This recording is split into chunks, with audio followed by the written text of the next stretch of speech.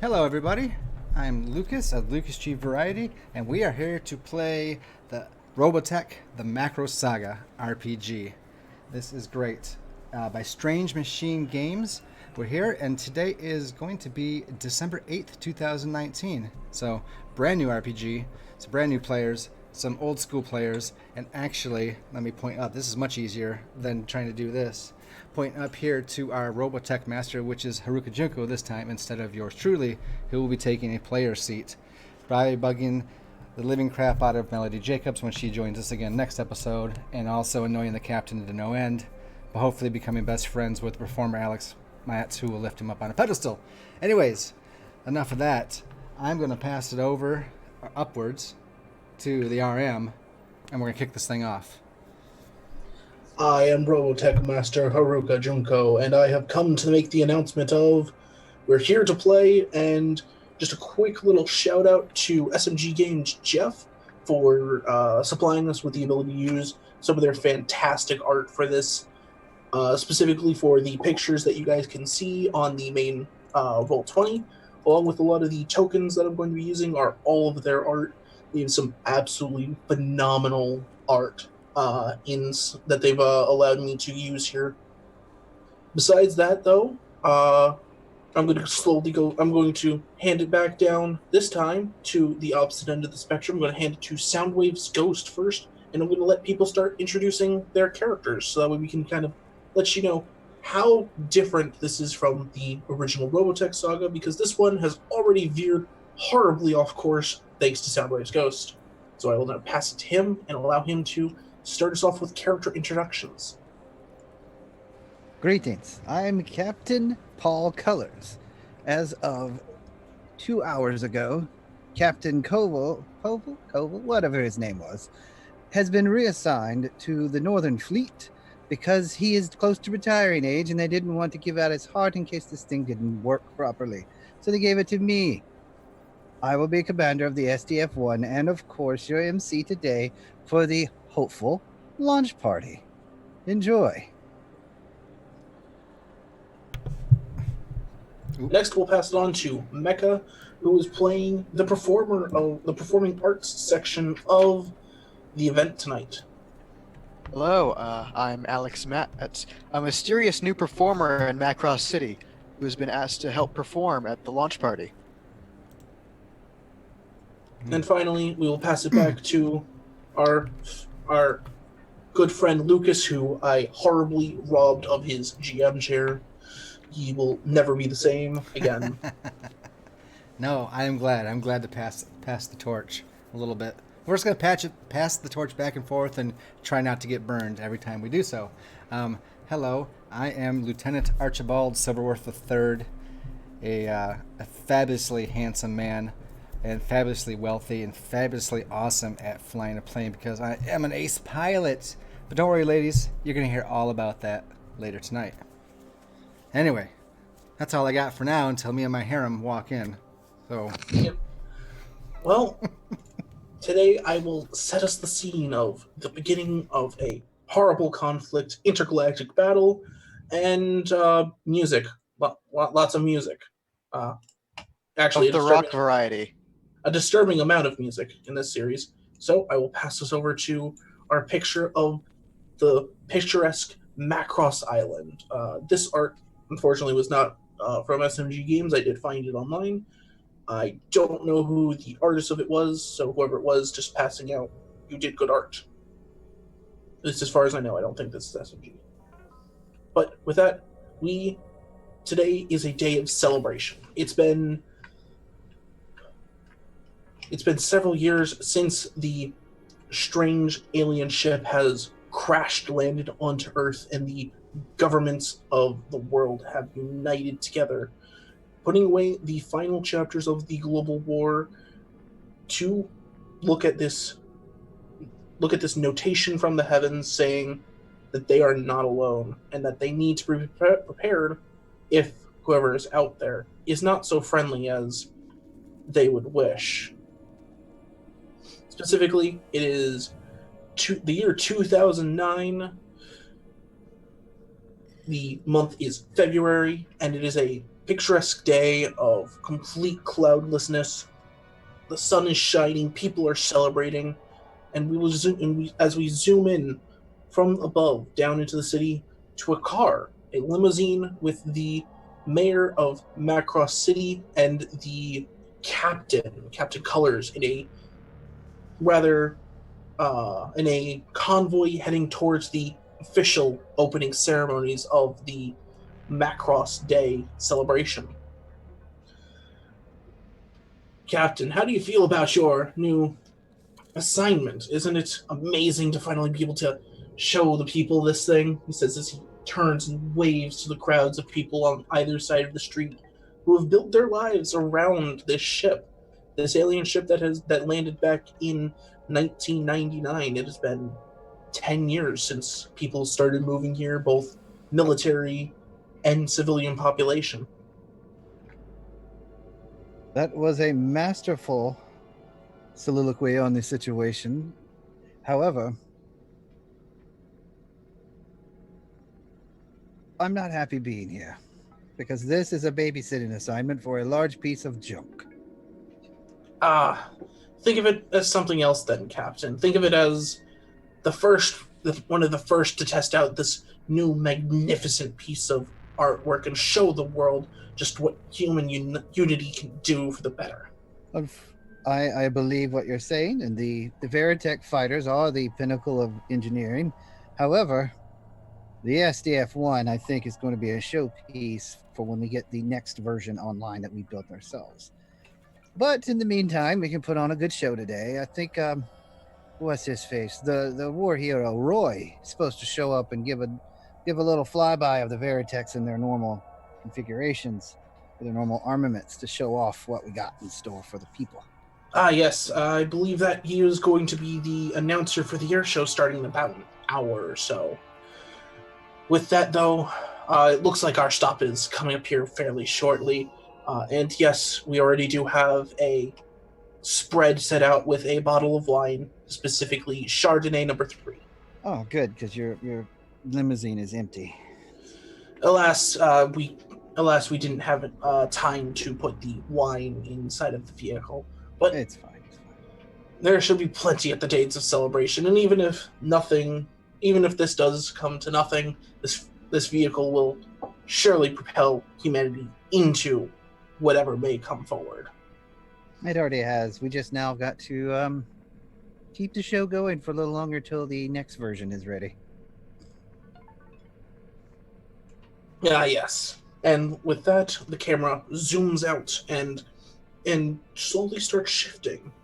It shifts over towards the airbase, which has been open to the public for everyone on Macross Island, and along with the news crews from several different agencies out here to film this significant historic day. With that, we look towards one of the pilots who's on the ground, rather relaxing himself as he is off duty for the day.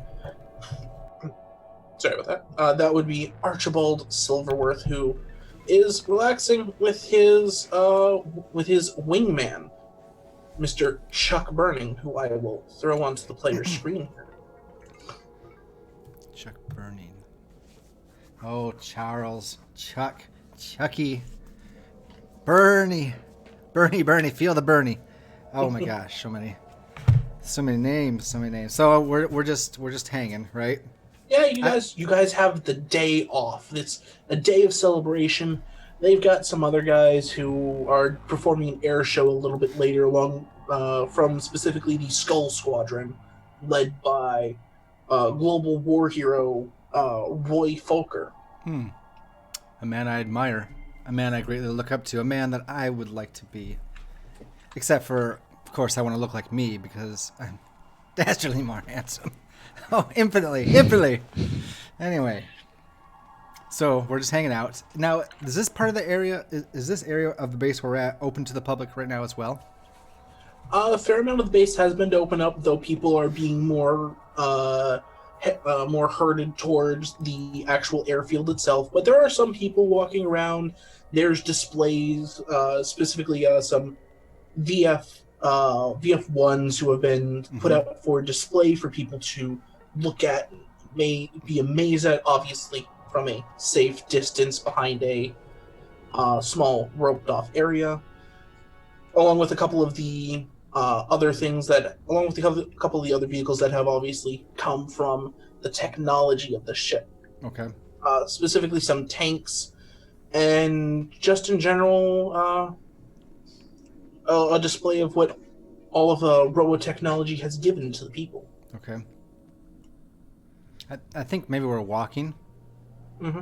And I don't know, and maybe this will have to be roll or something, but I want him to be using his glamour. I mean, he's talking about the war hero, Roy, but he's also trying to attract attention to himself and Bernie. I mean, Chuck. Mm-hmm. Chucky. Charles. In that case, if you want to just look handsome and that stuff, is there any skill under yours that you would like to do? Skill, yes. Let's see. See, I thought I had the cost and the benefit, but I don't know if I wrote the description for some of these in here, which may be... Let me pull up. I can give you what page their skills should be on. I don't want to slow down the game too much, but I should have copied that somewhere, but I guess I only filled in the spaces on the character sheet, and I didn't think about that. And to those watching, we are, for the most part, all of us are...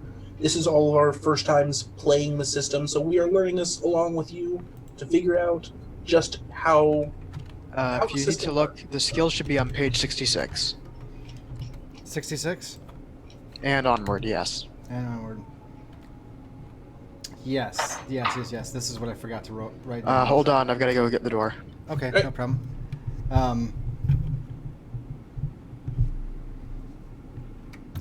I was thinking angelic grace, or it's smooth method. I have to look that up there.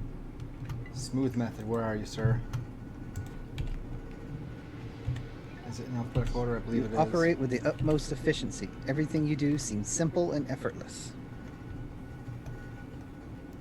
Okay, I'm looking at smooth method actually. A silver tongue and the right attitude can open doors and get you out of trouble quick. So just saying things. Boy, I don't know. They both sound good, but I'm gonna go with smooth method. He's looking. All right. So in that case, you're really trying to play into the, yeah, we're all really awesome. We're pilots, that Top Gun mentality. Yeah. Yep. So in that case, you said it was angelic grace. I was gonna go smooth method. Oh, smooth method. Sorry, I misheard. That's me. In that case. You can roll your 2 dice, which, for that skill, see what you get, So I'm rolling a value of 4 then, a value of 2? Yeah, you're rolling 2 dice, and your target number is going to be your target number is actually going to be a 4 for this, because you're playing into your element of both people's hero, and you're a little bit of a showboat. You like to kind of put yourself out there. I do, yes. So we'll say that you definitely have edge in this stuff. Okay. All right. Let me pull up the edge things. Just 1 sec. Definitely one of my lower rolls, but that just kind of what it... In Angelic Grace was actually the same power, but I know that felt correct. Oh, yeah, no, definitely. Hey, look at them, Chucky. Look at the ladies over there. Yep. Wave now. Wave man. Come on. What? Yeah. Yes. And he's, he kind of waves with you, and he's definitely he definitely feels like he's more along for the ride. He feels like the third wheel to himself at least, but he plays along. He waves to it and all that. Charles, remember, tail is not just the back of your plane. It also applies to all these wonderful damsels. Wow. Oh yeah. Yeah, I know, man. You're always chasing tail, whether it be someone else's tail or another plane's tail. But you gotta see the bigger picture sometimes, man. We're out here. We're basically on relaxed duty. Every country in the world has unified together. Yet we're still building this stuff out here. What are the chances that something that we're actually going to get to even use this in a conflict? Probably 0 to none. But it's always good to be prepared. I mean, I'm aching for a fight, and if there's no fight, when it comes back to the big picture, like you say, the next big fight is that big picture. Maybe they're small pictures, but they all build up to a huge picture, which is dying glorious battle. Or the love of a beautiful woman. Whatever you get to first. Whatever. It doesn't matter. I'm going to say let's go for that one that doesn't involve us dying horribly. But both of them, my friend, can. And let's try to avoid that then, buddy. Sorry. Oh, and last thing I want to do is, go on a date and, suddenly I'm getting stabbed. It's not exactly a great way to end a date. Nope. But it gives you right to stab back. Although, I've never stabbed first. Never. Anyways. Yeah, sure. Can we describe what our characters look like at this point? Or as we're... Yeah, no, go right on ahead. I didn't mean to skip over with you on that one, Soundwave. No, that's fine. I think we're probably both in our flight suits, right? Just because, I mean... Yeah, you guys can either be in your flight suits or the relaxed wear because you are off duty, but you can definitely be showing off, Oh, yeah. the flight suits. He would not be in his civvies for this. He would be in his uniform, his helmet on his hand, twirling it around as he walks. Yep. Please, no. Look at how amazing I am. And I probably would have bullied Charles to do the same so that we match, because you gotta look like a squad, Yeah. At least that's what I would have done, at least until he gave in, but... Somehow you managed to get your two planes being the ones on display that you just happen to have your names written on. Look at that. Ooh, it's actually, I want to name my first plane, because I assume I'm going to go through many. First one's going to be called the Angela. She's Oh, dear. She's a beautiful, beautiful piece of machinery. And so I think Archie, I'm trying to think anime here, but he's got pretty wild orange hair that comes down at least to his shoulders, like real fiery orange hair.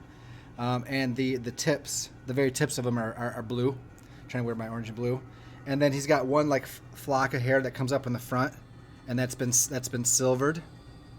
So that's his crazy hair. As we're supposed to have crazy colored hair, and that's what best fits. And otherwise, he's probably got the blue eyes. Actually, I don't know what my picture went, but not that I have my picture.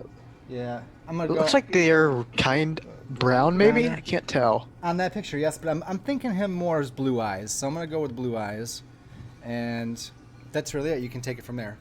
Yep. All right. Just so you know, just so you have a picture of kind of what the flight suits look like. It's most likely going to be similar to that third and fourth references in the picture I just put into the Discord. Okay. Which you can show off to the people if you want. It's a very nice flight suit. It's not super everything in that, but it does come with basically everything you need to be a fighter pilot. Let's see if I can find it. Okay. Definitely like the blue one, blue and white. Mm-hmm. Okay. Of course, the colors are, for each one of your squadrons, which we will cover your squadron here in a little bit. All right. Because, of course, Archibald Silverworth is a squadron leader due to being a second lieutenant, while also being an ace pilot. Second Lieutenant Ace Pilot Archibald Silverworth III. Just... I feel like that's how he probably introduces himself to people. That sounds about right. Which, what an ass. He is. Sorry. Love it. Oh, no, it's fine. But going back to your role, you did get one success, so... Yes. You get some looks, both from, regular people, a kid goes, "Mom, look, he's a fighter pilot. I want to grow up to be just like him." But for the most part, yes, unfortunately, none of the babes are really going after you. You do get a success, though. So people have noticed you. Hey. And some of them one of them actually notes that, "Oh, hey, that's Archibald," because you are, of course, a hero of the people. I have done heroing for the people before. I don't know exactly at this time know what that was, but it has been done. Heroing has been done well. It's possible that you were in the Global War, which was the war before, or actually no, we had decided that you were not in the Global War, but you had come in afterwards. Oh, really? I believe that's what we worked on. I don't remember deciding specifically, but I would... Oh, yeah. Which would you prefer? Maybe you joined in at the tail end of the Global War? I think Talon's fight. I think he was still had enough time, even if it was a short time, and maybe that's why he became an ace pilot or seemed to so soon. Even if he came in with only a few months left, he went blitzing in. It was fearless, and he got a lot of kills and a lot of accolades in a very short time, and maybe that's what it was. So he was in it, but just at the very end because he's probably rather young. I'm thinking 23, 24 ish at this point, but all right, yeah. Maybe that's too old. Just the global war happened about 10 years ago or so. Oh, okay. So it stopped when the spaceship crashed. So it was 10 years ago. So if he was in fighting pilot, let's say he's 20, so he's 30 now. Mm-hmm. But he would have been around 20 at that time, right at the tail end of the war. So, middle age has not touched his looks at all. No, too many products. Not that I need them for that. But yeah, no. So you definitely don't have as many kills as, let's say, Roy Fokker, who has, if I remember, 180 kills to his name.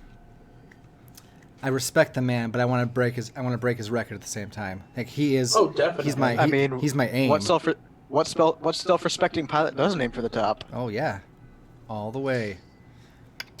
But alas, as Chucky, your rather average-looking guy, he's still in his flight suit, which is a matching color to yours because he's in your squadron. But he's got rather average beige hair with aviator sunglasses, and he's kind of the average-looking guy. He's nothing special, but you know that what he doesn't have in looks, he makes up for in almost always being there and always playing the wingman, no matter how hard and or what trouble you get into. Which awesome. Trouble probably follows you. Yes, man, poor Chuck, man. He's been through so many things he shouldn't have to, but... Probably bailed you out in cadet school a couple times. Mm-hmm. We'll tell those stories. He's very good at fixing problems, whether it be socially or rather... the Veritex. He's very knowledgeable and has read up a lot on the Veritex. Okay. But with you two walking through the crowd, you slowly vanish into it as we shift the camera again, going over to the main performance stage. About 30 minutes before the air show, the opening act has just finished with Alex Matz giving a final hurrah as he's just finishing up his last song. Which, sir, do you have a name for this last song on the list? In honor of this being an air show, I'm going to go with Mighty Wings. Fair enough. Would you like to roll for that to see how well you are performing today? All right. I'm going to use... what do you think? I'm going to say star quality. Star quality could definitely work for this. All right, let me give that a roll. So that's 4. So that's 4 dice. What's my target? Your target number is going to be 4 because you're in a situation where you're already having been performing for a little while, so you have their attention and you have basically they're cheering for you and all that. So all right, it's going to be a 4. Wow. Okay, that is. So that's 1, 2, 3, 4, 5, 6 successes. Wow. So you are just having an absolutely stellar performance. This is probably has been one of the best performances of your career at this point. And you're still fairly new to the scene of performing, but this has really just knocked it out of the park. It's probably why they chose you to be one of the opening acts to the air show, and you hit it off with a final note, and the crowd bursts into cheers. People are throwing shirts and towels and everything up on the stage. It's just an absolute just amazing moment for you. Nice work, sir. Thank you. And I'm going to thank the crowd as well. Oh, of course. The crowd continues just cheering on as you slowly walk off stage with the rest of your band, now having the day to yourselves to enjoy both the festivities get a drink, and check out the airfield, which you have been granted permission to chunks of the airfield like most civilians. But, of course, you can't get into some of the more hidden areas or the SDF-1 proper itself.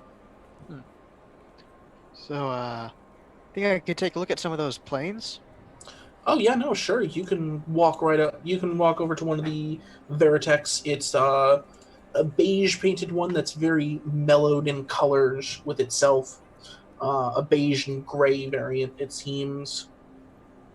You remember from a couple of the talks of certain things that this is one of the just a VF1A. It's a very basic variant. They gave you a couple of like, oh hey, that's VF1.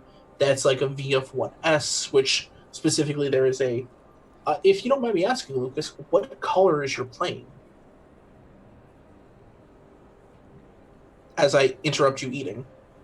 That is my fault. I said, you're not going to eat this stream. You're not going to eat this stream. I ate this stream. No eating. I still did anyway.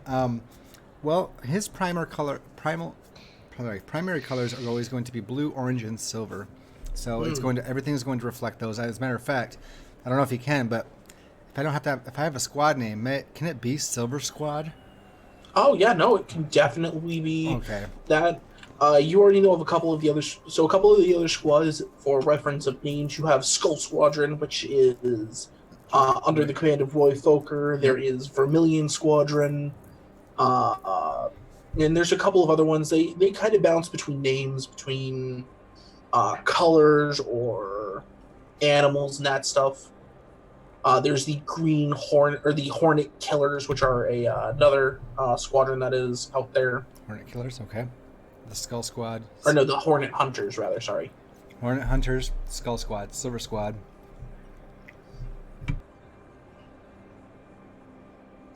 And for the most part, someone in chat's asking for Metal Squad and Steel Squad when also or when they are. But thank you everybody also who's in chat tonight and for chatting. We appreciate it. Yep. So the plane itself, I think. Oh, let's see. Boy, how flashy has it got to be? I think it's got to be like. Well, we have bright red and bright blue as known colors to the Veritechs. The airshow ones were pretty damn flashy. I guess my primary color will be orange, with silver and blue streaks streaking along in it. So, all right, I'm feeling orange for this character. All right, yeah, no, it's mainly so it's mostly mainly orange with the tips of the wings and other parts of it being the mix of the other colors to differentiate the sections. And Matt, Alex, you can see all of these various ones. Some having been really painted up like the squadron commanders here, which you unfortunately have not met him yet. I'm gonna look up the one, the VF1A I'm nearest at. Mm-hmm. Give an appreciative whistle at the really cool hardware that they're letting us get so close to. Yeah, no, an impressive hardware it is. Supposedly, as far as you've been able to hear, these things are the top end of any tech that has been out there, with speeds supposedly recorded around about 3,000 kilometers an hour, supposedly. But, of course, these are rumors that you've kind of heard trickle down the stuff, because there is the enlisted grapevine. We've talked to a couple of enlisted who have kind of said some things, but it's kind of hard to pick out what's truth and what's not, because something flying at 3,000 kilometers an hour is just kind of silly. It's ridiculous. There's no way. Yeah. It's probably a number they put out there to make this thing look even better than it already is. And with that, we finally arrive to the main stage.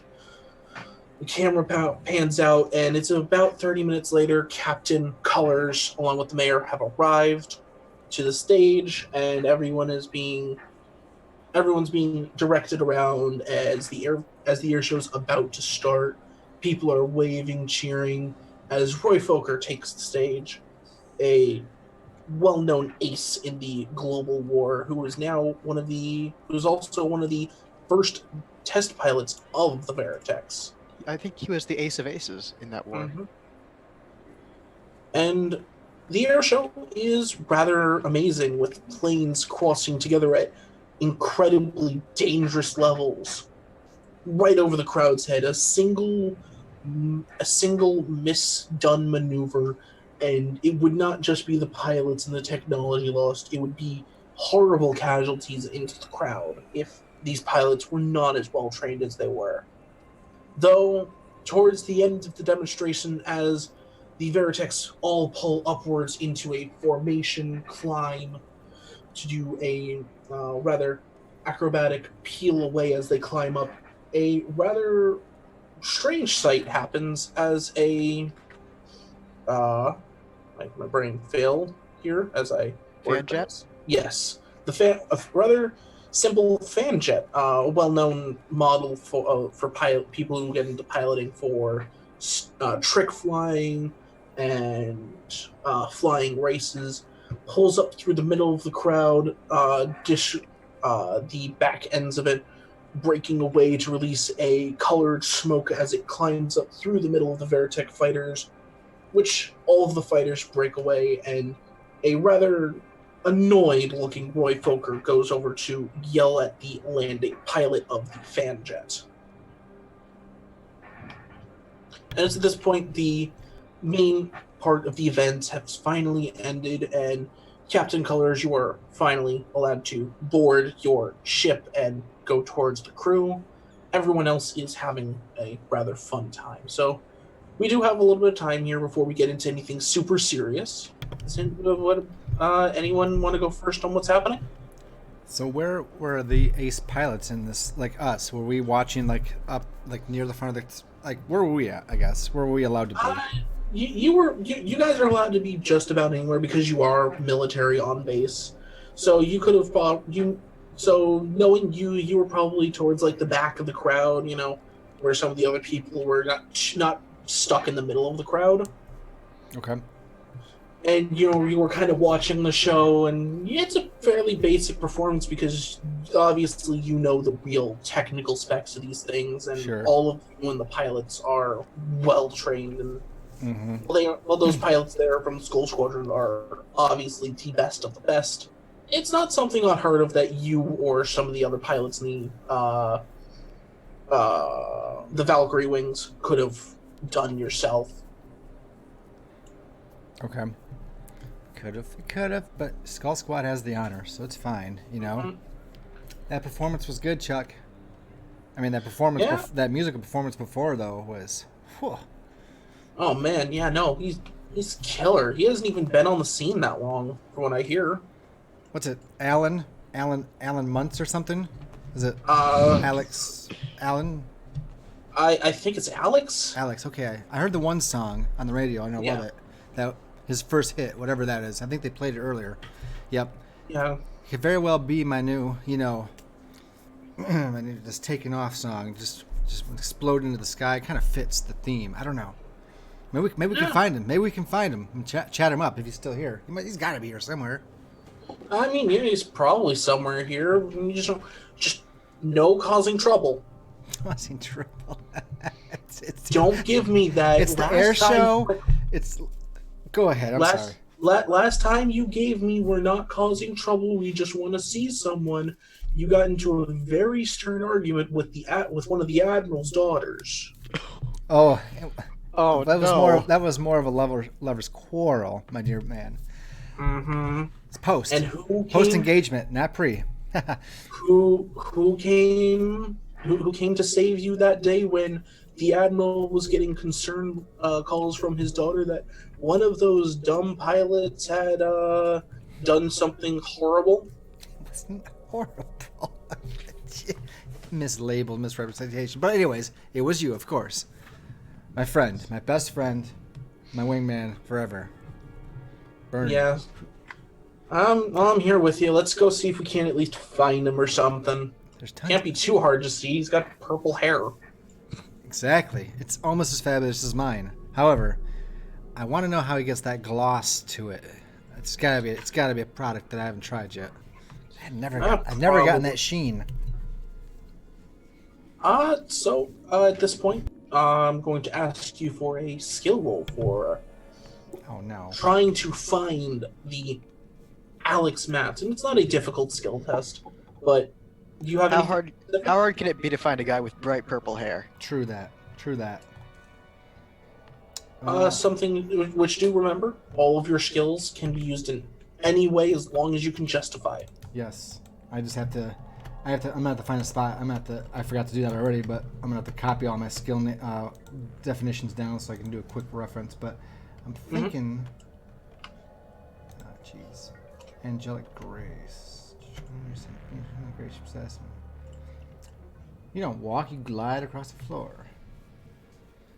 So I want people to come in my presence. So I'm hoping that the grace and the stride right now, will kind of stand out to other people in those types of circles that look for that in other people. Mainly a performer or high-ranking officer. So angelic grace as we smooth our way. Now, does it move inside the STF-1? Is the party moving inside, or like? It's mostly an outside party. There's events happening all over outside. Okay. There's a small carnival set up. Okay. But no one who's not military is allowed into the STF-1 for the obvious reason of some of the technology people aren't supposed to know yet. All right. I'm just making sure. So gliding through this carnival, this setup with angelic grace, just trying to stand out, being awesome, to attract other awesome people of that caliber. Make all the purple-haired people like turn your way. Like, hey, I see you. You see me. All right. So with that, I'll allow you to. This one's going to be target number 5 because you're playing into your. Well, you're playing into your normal situation. Okay. It's not really being a hero of the people kind of thing where you grab people's attention and stuff. Yeah. All right, target number 5. I got 2 dice, just like the other, and ooh, I'm gonna get lost in like the fun house somewhere. I don't know.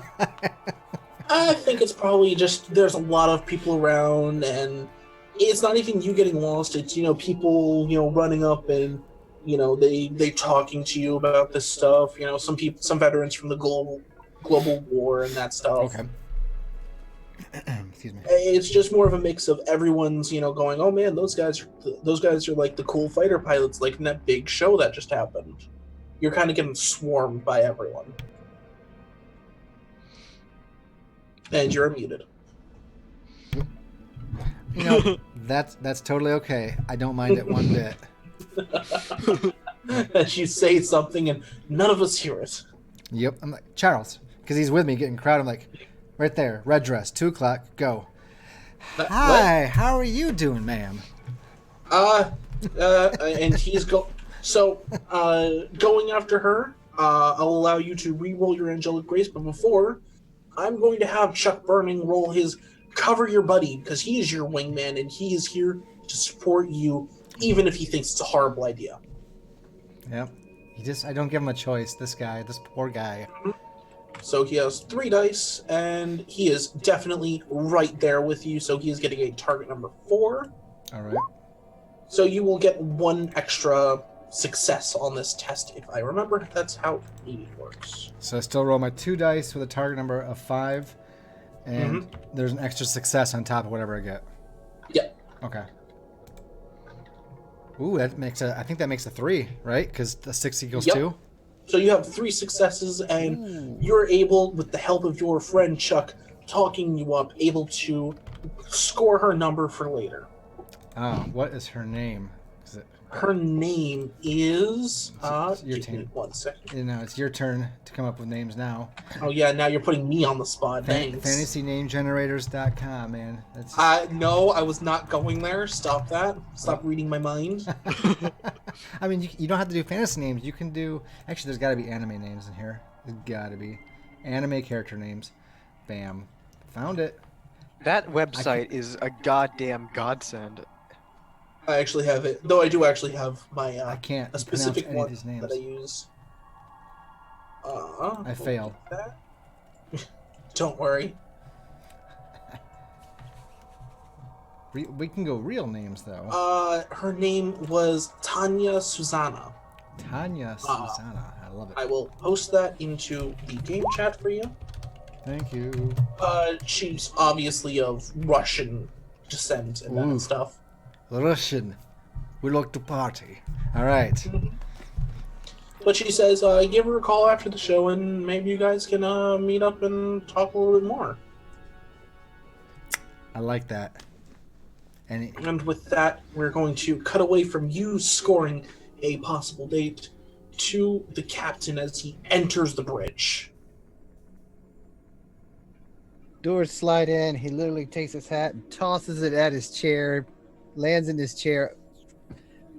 My glass is empty and I don't see anything on my screens. Let's get this moving. Where? Okay. Someone tell the Suno sisters how to find their stations. They're supposed to be here by now. You know what? They're not. You know what? They're getting disciplinary action for that. With my hat back on my head. So as you enter into the bridge, most of the bridge crew is there. You have your three assistant ones who are manning the radar, comms, and other systems, who you know as Sammy Porter, who is shorter with kind of burnished orange hair. Vanessa Leeds, who is she's got some darker black hair, and she's kind of a she's fairly nice from what you know. And then you have Kim Young, who is who has a kind of lighter hair color, a lighter brown hair color. If I'm remembering these names, the names go to the right people. That is, don't yell at me, people in chat, if I forget or if I messed it up. But they're all at their positions, and along with Claudia Grant and Lieutenant Hayes. So he'll continue walking forward up until he can see the view, out the window up close. He'll turn his head and he'll Lieutenant Hayes. Yes, Captain? Get a good idea of how many people are in a dangerous zone in case something goes wrong. Because I don't trust this thing right now until we get the dust shook off of it. They may have been clambering around this thing like ticks on a dog, but there is no telling what's going to happen if we try to fire this thing up like we're supposed to try to show off today. Yes, sir. I'll start up predictions on that. Though I doubt that that's going to happen, but it's always good to be extra prepared. And Captain, unfortunately, I will have to say that you cannot drink on the bridge. I know you cannot. And she kind of looks at you and gives you the look of, I'm not going to even. He doesn't look over. She looks at you with an obvious look of, that's not supposed to be going there, but I'll make the same deal I made with my last XO. 1% coffee. 1% coffee, sir? That's 50% more coffee than I allowed last time in my cup. Everyone on the bridge is kind of like, did they accidentally, they kind of give you the look of, did they let a homeless drunk on the ship or an actual captain? He keeps looking outward. But with that, she brings up after a couple of minutes, she does bring up a tactical analysis of if something bad were to happen from the SDF-1, a reactor explosion, the ship, like the support for the ship giving out, that kind of stuff. And for the most part, the people in the danger zone are very minimal due to the way that the city's actually been built around it. The explosion one, though, does give the chance of a lot more casualties. Though if the ship were to just fall straight down from the supports breaking, there probably wouldn't be that many people in a dangerous situation. Excellent. See if you can have some of the ground crews slowly move people away from that sector right there. mainly because that's a good place for the Veritex to launch from if they needed to for whatever reason. Last time we had peace this long, I was a kid. So, let's not tempt them, shall we? She's kind of questioning of this one, and I'm going to actually require a roll from you. Oh. Because she's kind of like, do we really need to prepare to fight? We're at peace and everything. All right. Let's see. What skills do I actually have?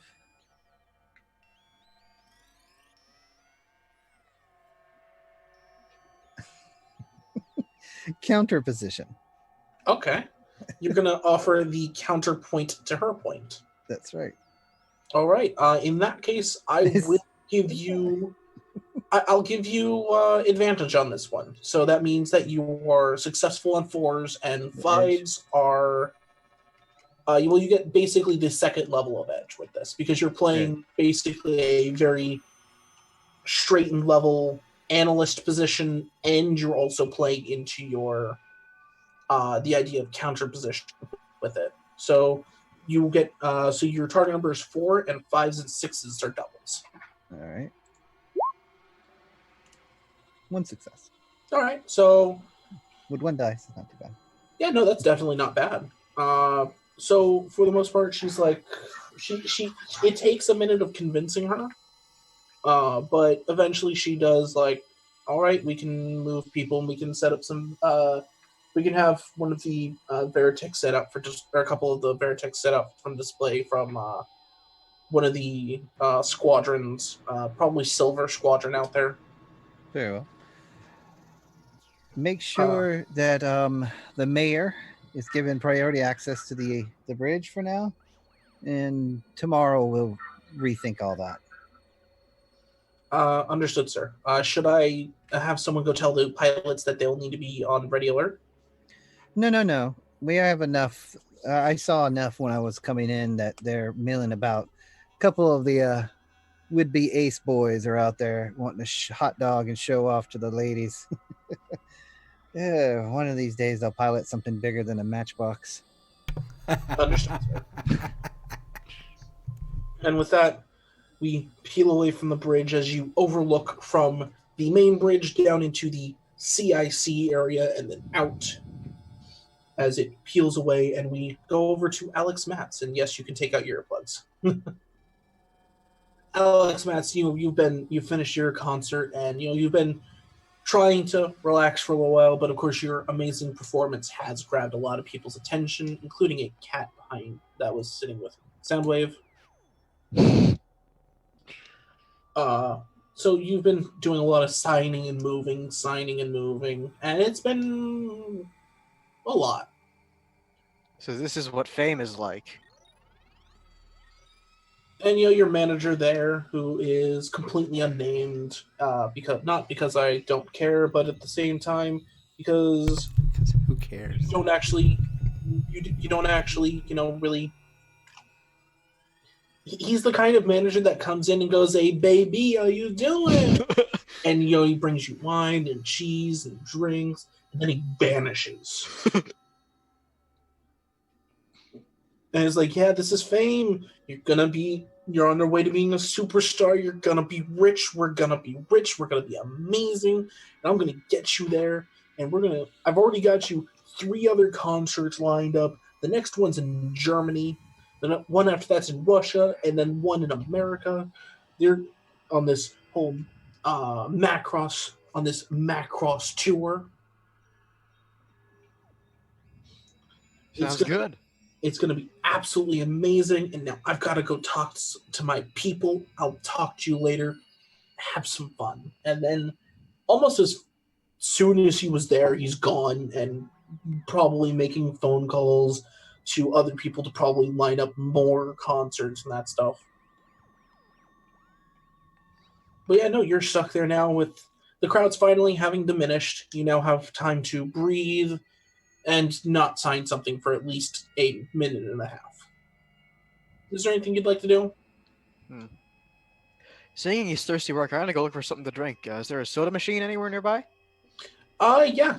There's a soda machine luckily nearby, and it's one of those automated ones, so like as you're kind of looking around, you spot it and you shout out, "Hey, soda machine!" And it perks up and it drives on over and sits down in front of you. And it has all of the great ones like Grape Rage Soda, uh, Valkyrie Vanilla Cream. Ooh, I'm gonna get that one. All right, and for you, this is you've got plenty of money, and you just kind of quickly pop it in, drop it in, and out pops the nice soda, and it comes out in one of those larger, taller, thin cans, and it's what you'd expect from like vanilla Coke. But besides that, though, it's just a nice day. Everything's going fine, and you finally get to relax now that you've done your show and everyone's calming down. It seems even Roy has, from what you saw after the air show, it seems Roy has calmed down, and that is when we're going to switch back to the bridge for something horrible to happen. Who would have guessed? What? No. Oh no! This is Whatever a game it of could be. drama. Just Where in the heck Teen is drama. my wine? My glass is completely empty, and this is horrible. this. I said 1% coffee, not 100% empty. Oh my Captain, gosh. the drinks are on their way. It should only take another, and as they're cut off by a blinking light that goes do do do do do do do do do, and they're kind of looking at it and questioning it. All right, who broke it? It doesn't seem like something's broken. So, and Lieutenant Hayes is at her command console and starting to type something in. And sir, the reflex cannon, it's arming. That's not even supposed to work. That's the showpiece. Literally, it says that in the documents that you gave high command. It's arming, sir, and at this point, what the other bridge officer with you, Claudia Grant, reaches down to the side of her console and starts twisting a knob and trying to basically force turn it off. And it's like, Commander, the force shutdown is not. It's not responding, sir. As you see from the bridge, the two arms that are the two pieces of the long bridge or the long deck Just gonna- split apart and start turning out. And I need a target. What is their target? Get their target now. Yes, sir. I'm starting to check things out, and they're all starting to the entire bridge now is in full panic mode, as this is something that's one, not supposed to be firing, two, not supposed to be firing right now, and three, why the heck is it firing? Number 3 is the main one I'm worried about. Why Number is three, it- yeah, And especially number 4, what is it firing at is not my problem, because things don't turn on and things don't just use to fire without someone doing something. Somewhere else, someone might be doing something. My brain is going to, this is a third party between you and Spacey and one of the groups that didn't like the piece and has sabotaged us and shooting at us with our own weapon. I want to know what's it shooting at. And so they start calculating all of the targeting data that it's receiving.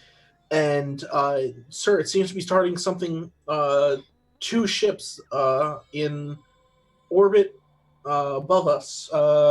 We don't have anything in orbit above us. He pulls out And like a that- piece of paper. He's Yeah, like the entire bridge is going silent, which, by the way, both Alex, Matz, and Lucas, you guys can see that the SDF-1 has started basically, the big long blue deck has started opening up. Is it supposed to do that? And as you start saying that, electricity starts crackling across between the two long extended pieces as something starts charging up, energy flowing from the back of it forward over and over, faster and faster. Sir, This is some sort of big gun that's charging up. yes, this Okay. is from the briefing. This is quote unquote the reflex cannon, as Okay. far as your character knows. Yep. And you know the destructive scale of this thing is estimated at very, very bad for anyone in front of it. planetary. Very, very bad. It seems very, very bad. Anyway, was Charles saying something to me? Charles is kind of looking up and kind of going, dude, Yes. we should probably head back. The ship's not supposed to be firing. And look at him like, Tanya, chat to you later. And I'd like turn this way and grab her. So I'm like, let's go quickly. Oh my god! Chuck like runs off to the side and like starts waving down one of the passing vehicles, which is a small four-seater vehicle, usually designed for pilots and military to get around. It's like a Jeep, but it's not as cool as a Jeep. Just to be safe, Chuck, when we get on there, let's radio get Silver Squad assembled, and let's get us over to our beasts. Wait, do we call them by their actual name? Yeah, you can call them by Veritex. We can call them Veritech out loud? Yep. Okay, I wasn't sure. Yeah, like Veritex is not a hidden name or something. Okay. Along with Robotechnology. It's what all they can do is unknown. At this time. At this moment, still. Yeah, to everyone else, they are just fighter planes that are really, really good. All right. So one of these vehicles picks you up, and they've also picked up a couple other pilots who are kind of worried. And Matt, you kind of see this at this point that like some of the military personnel seem to be rather either worried or running to do something. I'm gonna take it as a sign I should probably make myself scarce from this area. Mm-hmm. Excuse me. So you find out, you like run into like one of the hangars, figuring, okay, if something's going on, one of the hangars will probably be the safest thing. Yeah, right. The captain turns. Someone get the entire area on air raid alert now. Already working on it, sir. Scans indicate we're getting reports from armors 1 and 10. Wait, actually, hold on before I finish that, as I scroll to my notes and the sheet. Armors 1 and 10 have noted a slip space jump signature, or full jump signatures of 2 smaller ships. And as she's about to finish the sentence, the reflex cannon fires. And if you see on the map here, there's this whole area that's marked in here is just literally obliterated. The buildings are luckily saved from it, but the hill/mountain that's there, all of it is just gone straight out to the water, and as it arcs up into the sky, and unknown to us on Earth. As I drag all of your character sheets out of the way because I have everything up here. We go to Earth space. The picture of the Earth and everything that's going on here. We see wrong. 2 ships are here and moving. That they seem to have been moving towards the Earth, as it seems, which, unbeknownst to us, is the alien threat. With the ships having moved in close enough between them, one of them is instantly struck by the reflex cannon and annihilated in its hole. The shot not even stopping from the ships, not even stopping as it hits the ship, tearing a hole straight through. The other one, not even directly hit, is completely shredded and is just destroyed. In which we switch back to the Macross Island. It's at this point people are panicking and worried. There's RM. Oh, yeah, go ahead. I was gonna ask, could you ping again the spot that was destroyed? I was muted. Where they hit. Okay. It was this whole area that's Yep. Okay. They took out the mountain that was right above the houses. Okay. As it started up at upward angle. Okay. Mm-hmm. All right. So it's a clear path all the way to the ocean through it. Did our reflex fire before it hit? What happened first? This thing fired, and you have basically no idea if it hit anything. It just fired. And it fired. Our ship blasted through the mountains to fire out. Okay. Yep. Just all of a sudden, it wasn't unplanned. Them. Yay. Okay. Yep. I mean, if we're riding this vehicle, we're gonna be like, holy crap. Yeah, it's like, oh my god. Okay, that's the reflex cannons. Back on the bridge, Lieutenant Colors, you're getting a status report from Captain. I said Lieutenant. Captain Colors. You're getting a report from several of the other bridge staff. who are all shouting out different amounts of information, ranging from the two ships that were spotted on sensor. The two ships spotted on sensors have been completely destroyed. The reflex cannon is shutting back down. Everything's going back to normal. Though there are apparently more. There's something else on the scanners. The scanners are currently having problems due to the massive amount of energy that was just fired. All right. They're trying to make recontact with Armors 1 in 10 and figure out basically from UN Spacey what is going on. So he kind of leans back for a moment. He sets his glass down on the hand rest, and he just kind of, all right, here's the 3 things I want all of you to shut up and do. 1, find out if whatever just showed up has friends, because that wasn't one of ours, and it's not one that I put there. 2, make sure everyone in the path of the blast was free and clear, or make sure no one is still occupied in those areas. 3, get all of our boys on station ASAP. The entire bridge crew all nods and goes, "Yes, sir," as they split up through their various jobs. Sammy Porter working through the radar systems to try and basically get through all of the energy that had been shot out. Well, both Lisa Hayes and Claudia Grant work to get the fighter pilots all up into their planes and get things moving. Air raid sirens have not been turned on fully, mostly due to not panicked civilians who are being evacuated from the area. But they are working on the what the heck is happening report as this is going on, which I will be doing some roles behind the scenes. And Alex Matz, it's actually not Alex Matz. We go to a separate view, one not of an Earth ship.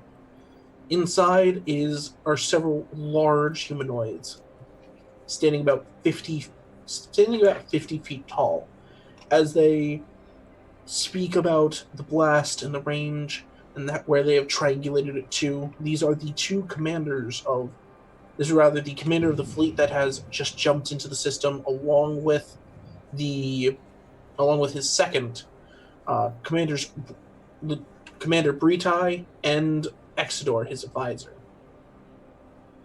As they are both talking over this, they point towards Earth, and their fleet slowly starts moving forward. And a few minutes later, the commander, Commander Colors, Captain Colors, blah. One of these is the right term. You receive a report from Armors 1 in 10 that there is that they have detected enemy ships closing in on Earth. These are unknown ships coming in from the outside of the solar system. He reaches for his glass again and remembers it's still empty. And he lets it slowly back down gently and goes, "Lieutenant Hayes, I'll accept your apology in 1 hour after we figured this out about being right. In the meantime, let's spin up this damn boondoggle that we call the SDF-1, and let's get up there and bring the fight to them before they smash whatever we got down here." All right. And now we have officially entered into a narrative conflict. The ways that these basically work for people who are watching this are, I, as the GM, set out a few objectives and assign a threat level to them. This being basically how dangerous or how difficult it is to get these going. And I give the group a couple of turns to figure out what they are doing in relation to this to more or less beat these two things. What they're hoping to achieve is reduce the dice pools of these basically down as low as they can, and hopefully solve them without people dying horribly. While all of these may not be directly to direct harm physically, these could also result in other dramas or stuff like that. So for this, I will say that there are two conflicts here. Specifically, I have my list here.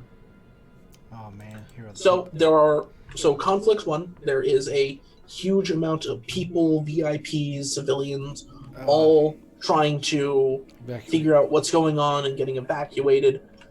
On top of that, you were also having to prepare battle stations. And now we enter into, now that I've declared them, we have, or at least the open threats, because there may be more hidden threats, of course.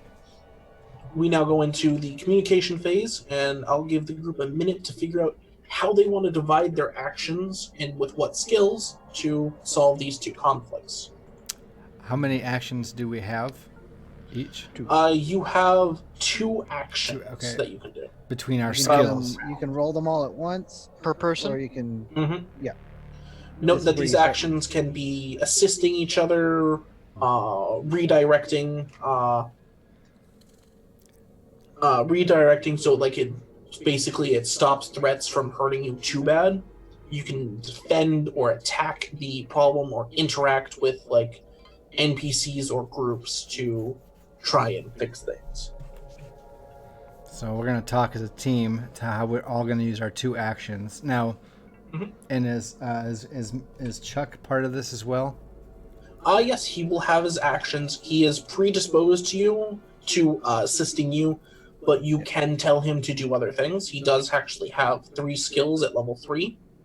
Those being I Can Fix It, specifically in Robotechnology, though that can be used in social situations, Cover Your Buddy, and Contacts Everywhere. Oh. The captain's going to be utilizing his sensor team that hopefully that just now is finally showing up to the bridge, despite the fact that he told them to be here ages ago. But he's been working. They've been his right hands for a long time, so he's used to their weirdness. They were out having fun. It was supposed to be a normal day. It was, and I told them to be here, and that's why they weren't. They don't always listen. That's why I made them triplets. And except it's not our bridge bunnies that we know. It's another set of bridge bunnies. Yep, these are the ones that came with me off of my last command because I needed people I could trust as long as I didn't need to keep a tight eye on them on their off duty. I can try to help get the civilians to a safer place with some of my skills, like let's see. Yeah, that's a good idea. I could probably use Grand Presence or Star Quality. Which, just so you guys know, you could actually combine your 2 actions into one big action, which allows you to use 2 skills, add the totals together, and then use it in one phase. But you have to be careful and not go past your burnout rank, or you start suffering stress. Yeah. Combining will not be a huge boon because I'm very near to my burnout rank already with a good amount of my skills. Oh yeah, I'm just letting you guys know that is one of the options here. So, do you burn out if you hit it or if you pass it? If you pass it. Where do we find that? Right now we're all at 5. If you rolled a 6 dice roll that doesn't use equipment to bring you over 5, equipment can take you past 5 without getting burnout. I could use Star Quality and Cover Your Buddy to try to help the people around here get to a shelter or a safer place. I assume we're closest to the base, which is probably the safest place right now. Right now, as far as you know, they're telling people to get off of the base, but they are on the base. You do know that there are... Are there shelters nearby? Yeah, there are shelters that are nearby, and they're well armored and actually underground, as far as you know. So they're very well protected. All right, I could either combine or just do them separately to lead people there. All right. Are you going to put both together or do them separately? I might put them both together. So you don't want to basically have 6 dice in this roll unless you have something that helps you go over 5 naturally. Yeah, you do note that you can go on and go past it. It's just you do suffer stress, okay. which builds up. I can use I use Cover Your Buddy and Star quality, that'll be exactly 5. Perfect. Yep. And I'm going to be doing a scanning sweep and counter position. Mm-hmm. And then my crack team to bump me over. So All right. So and then Lucas, is there something you'd like to be doing? I got Chuck as my wingman for now. Mm-hmm. I think so. The captain's obviously looking around and getting the ship going, and I don't know this. I know we're able to talk out of character. Basically, is what this portion is. Oh for. yeah, this entire phase is for both in character and out of character. What the heck are we doing? Okay. Because I like how Alex has the people covered, because I was thinking that too, especially as a hero of the people. My goal is I would want to get in the air because that's cool, but, in character, it makes no sense for me to even think about that because I'm not good at that sort of thing. At this time, right? I mean, obviously it's going to happen eventually, but Yeah. I agree. And he's probably thinking of the people, but we're to be assembled, and we're also first line of defense. So our best way to help the people is to be in the air. So I might combine two things as well, because it sounds fun, is to get me and Chuck and Silver Squad in the air, especially since he has a competitive edge and wants to live up to Skull Squad, who's probably going to be in the air first. I want to be in the air first as much as close as possible. So it's to get in our Vertex and get in gear, unless of course the captain says anything else. But not yet. What I've reordered what I'm doing simply because I reread some of my stuff. I'm doing an order instead of me doing the action. I'm ordering the Cracks Team Sensor Group to do their action. All right. Using the bridge equipment. So that's where I get a lot of my dice. All right. So, and of course, my PDF has just crashed on me. Yep. Dang you, Adobe! So my command and communication equipment, as far as the SDF is concerned, is a 2 skill. Plus, my crack team has 3 dice. And yep, and it gives me edge because I'm using them. Mhm. So I'll be hitting on 4s. Plus. All right. So we will roll that here in 1 second. And so, just so that we know what we're dividing up with Lucas and the captain getting getting the armed forces ready for the possible attack, and then Matt's is getting the people to safety. yes. Now, do I send Chuck with part of Silver Squad to help get the civilians? Up to you. Up to you. That is something you can tell I'm him. asking out of character for you, with you guys as the players, to Oh, even up like that? 2 and 2. It could not hurt to have more people helping to corral the people, Right now, either way is perfect. but because you'll be no without a wingman knowledge. if something goes south. I do, and I think he can come back eventually, but boy, I don't know. I feel like Yeah, well, after he helps with the people, he can probably, if it's not too far, he can probably grab a jeep or just run his way to his Veritech. You know what? Actually, I think almost, because we don't know exactly what happened yet. We don't actually know there's an enemy, but we have to think Yeah. like that. So maybe he jumps in the air now, and if we see that the civilians are suffering, he can go later, or when we come back to the next contest or whatever. So I think actually it would make more sense that we're all getting in the air now to be a defense, right? Up to you. All right. So in that case, we will start the turn order. Do note that there is a turn timer, quote unquote.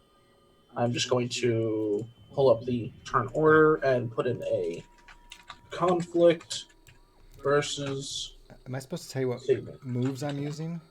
Yep, you'll tell me that in 1 second. Okay, I just want to make sure. I want to double check one more time. That's what I want to do, but I just make sure I didn't miss saying it.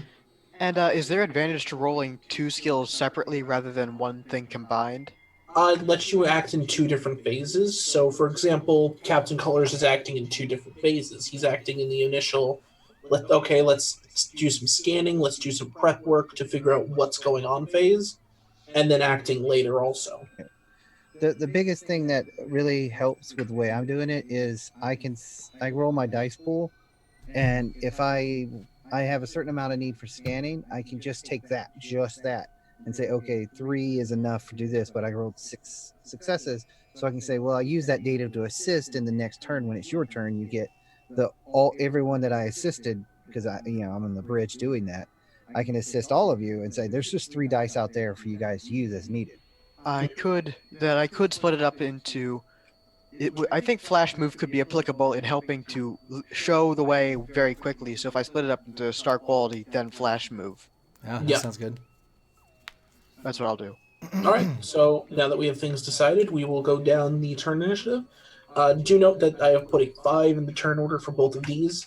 This will basically count down, and if you guys cannot beat these within 5 turns, bad things can happen, both to you and other people. Oh no, no, not on the first night. But with that, we will start off in the first phase of action as I pull up the round setup. So we are on the setup phase, communication.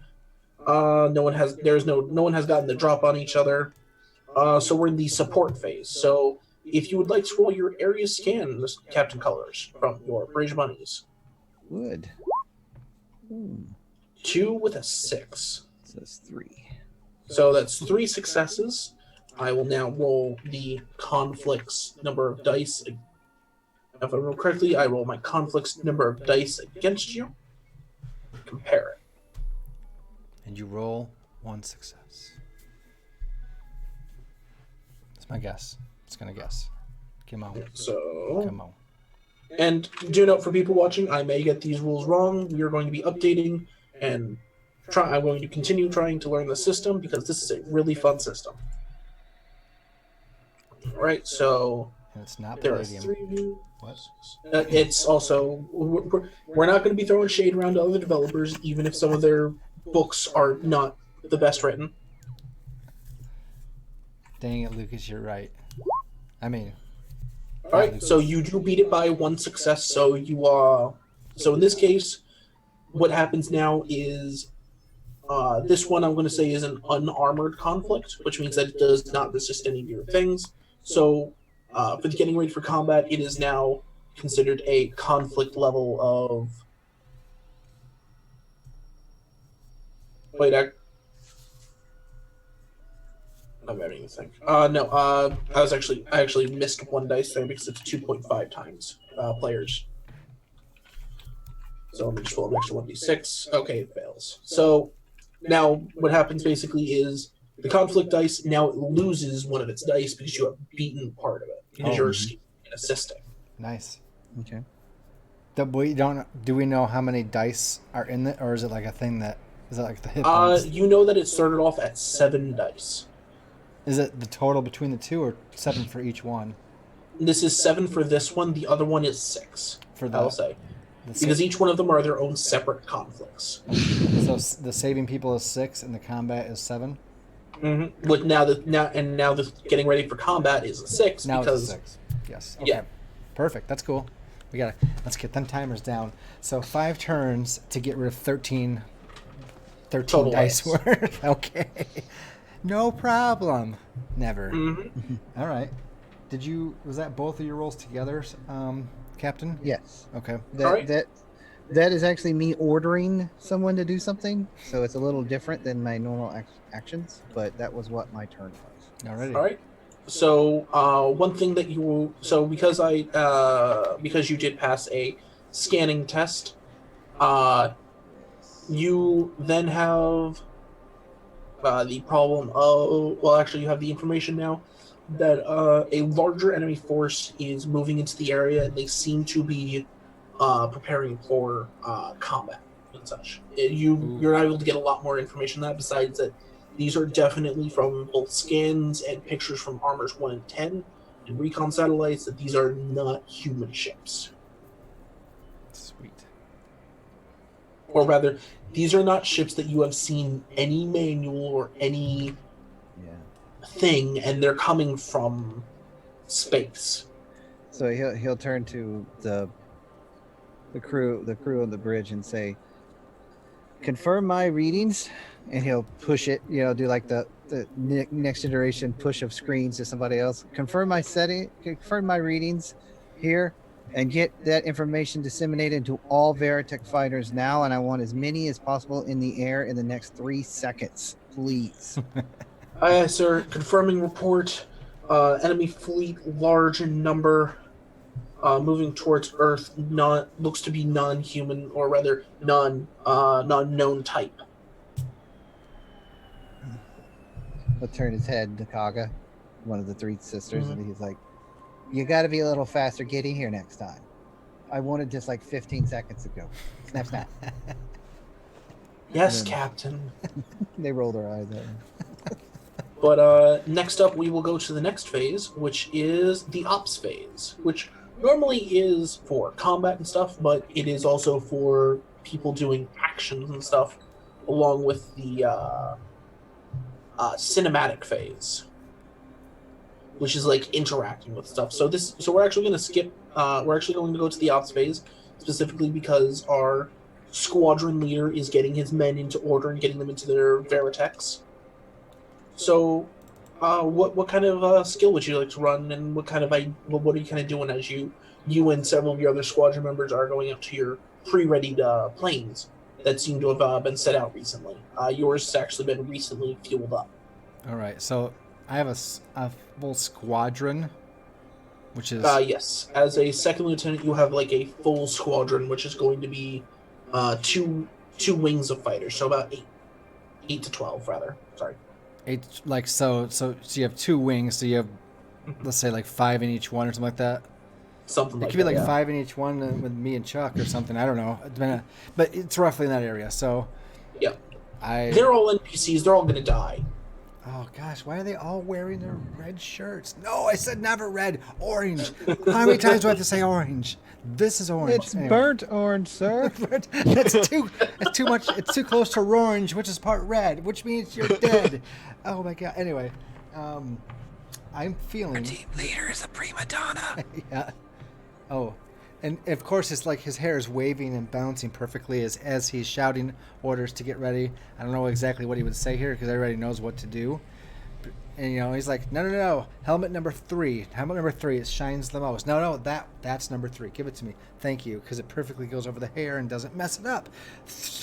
And actually, you might not put it on yet until he gets into his Veritech, but I feel as though I'm going to do both moves together to go mechanically. Right. And one is going to be man-at-arms. Years of training, basically. Well, that's actually more scouts out options. Of course, maybe I'm reading too much into the description, but that's more small arms tactical. Well, it's a little tactical combat, so Yeah, you can still use it for you because luckily these skills they are fairly broad. okay. So you can use it, for example, the experience of having been in the global wars, sudden combat popping up, You gotta get getting quickly to the fighters and getting set up. Okay. So you can definitely use it. All right, so man-at-arms with flash move. So All right, we're so not going that'll to get be very 5 far, dice. but we want to get in the air quickly. All right. So That's, do note that because this is rolling against you, there may be problems. If you want to, you can divide up your dice pool into attacking the conflict and defending against it because it's going to be rolling against you. all right. Man-at-arms gives me a total of 4. Flash move gives me 5, which is basically your max without getting stressed, right? So Mhm. I got 5. Let's put, because I want to get into the air fast. Let's put 4 into attacking it, which is Mm-hmm. get in defensive position really, and 1 to defend against their attack. I guess, does that sound right? Yep, that sounds fine. Do I roll both then right away? Yep. So you just roll one big pool, or roll the attacking pool first, and then the defending pool. What's my target number? Your target number, I'm going to say, I'll say it's a 4 for this. You have advantage because you're. This plane has been previously set up by the captain, labeled out in the defensive plans that he made like 30 minutes ago. So you Okay. do have an advantage in this situation because things have been partially set up for you. All right. And now with the alerts and everything going on, do we now know that there's an enemy, or are we still blind on the information? You will know that once you jump into your Veritech. So basically, after this roll, you will know that there is things coming. Okay, because I have something I want to say to Chuck before we take off. So all right. All right. So 4 dice target number. Basically, your heads-up displays is one of them is going to have like a global map, and it's just going to have a bunch of dots just Okay. looming towards Earth. Gotcha. And meanwhile, between Earth and them are two contexts, armors 1 in 10, which are armed carriers who are basically the first version of the Robotech carrier that popped out. Okay. But it's 2 versus way more than you can count. But Alrighty, we have perfect. nukes. Yeah. 4 dice at target number 4. Wow. All right, that That's is not a. good. You still got a hit, and then roll your 1 defensive dice. Is it same target number? Yep. And a 6. Dang. Okay, Oh. so now it is Uh-oh. against you. It has 6 dice, which it can still fail. So, It is still rolling at a target number 5, though. all right. I'll wait till after your roll, then I'll say something to Chuck. I mean Charles. No, Chuck. Yep. Ah. Oof. So it got 3 total success against you, so it gets 2. So as you're rushing to get into your plane, this is not actually going to harm you, but it may cause problems later down the line. Okay. Because you're just getting into your plane. When your plane is not going to spontaneously explode and you're going to die. That would be bad. All right. Start thinking of a new character. Got it. Yep. So basically, as you're getting this rush, everyone is in a little bit of a panic and kind of running around, and it's really hard to control the situation. The situation is still the situation's bad. So one of the people who first got into their Veritech saw this and started screaming out there's forces coming. Oh my god, there's so many of them, and people have started slowly degrading into a full panic. Okay. Do we get into the air, or are we still delayed on? Are we still on the ground? You're still delayed on the ground, unfortunately. All right. So I'm looking around. I'm in there now, right, in the cockpit. Mhm. The glass is going to be coming down in a cockpit. second, and Yep. I put my helmet on and They my visor pulled the up. ladder away from it. I look over at Chuck. I'm like, remember earlier when you said, "What are the chances that we're actually going to I ever need don't to want use to hear this?" this. The one time I've been wrong around you. I just We're all want. about to die. Well, I just remember when you said it earlier, and I said, "Absolutely no chance, but it's best to be prepared anyway." Well, You're never gonna let that go. I was wrong too. Thunk, and put my and then. Yep. And your helmet has one of those cool visors that goes and it's, colored differently, so that way it's easier to see when flying towards the sun and stuff. Oh yeah, I mean, bells and whistles, baby, and Mm-hmm. and then of course it would have been cool at that point to jump into the air after that cool last line, and whoops, we're delayed Yep, because there's all this unfortunately. commotion and people are getting each other's way. No. Yeah, people are trying to get into the air. There's people running to their fighters still. People's planes are still getting started up due to all of this. There's one of the planes is still actually getting armed as you guys are all running around and trying to figure this all out. In which we will go to the next phase, which is the as I scroll past it, the cinematic phase, in which are uh, You which forgot Mecha. the entertainer. Yeah, that's what's going up next is the cinematic phase. You're interacting with the people trying to save the day. Ah. Yep. The cinematic one is for non-combat stuff or rather, not non-combat, but it can be, is used for trying to figure out basically what, or try to get things going that are more like saving NPCs and stuff. All right. All right, so you are there, and you've stepped out of the hangar, and you see people are running around and trying to get everything in order. People are shouting, "Get to the shelters!" And the military's trying to lead people, but it's just an absolute mess. So, do I still have my guitar on me? I'm assuming I do. Yeah, most likely you do. I'm gonna strum it as loud as I can to get people's attention using star quality and start leading them away. All right, I will say that is a 2-skill equipment because your guitar is still hooked up to the systems and stuff. You kind of Alright. just flick the switch and. All right, so that's plus 2 dice, I guess. Mm-hmm. And this will not count to burnout. All right, cool. And that's star quality, so that's 6 dice total. Mm-hmm. And what's my target? Your target number, I'm going to say, is 4. All right. 1, 2, 3, 4, 5, 6 successes. Or 7 7. successes. Because I cannot count. And that's just that's one of the roles, I guess. So I'm gonna get people's attention and start leading them that way toward the shelter. Come Yep. on.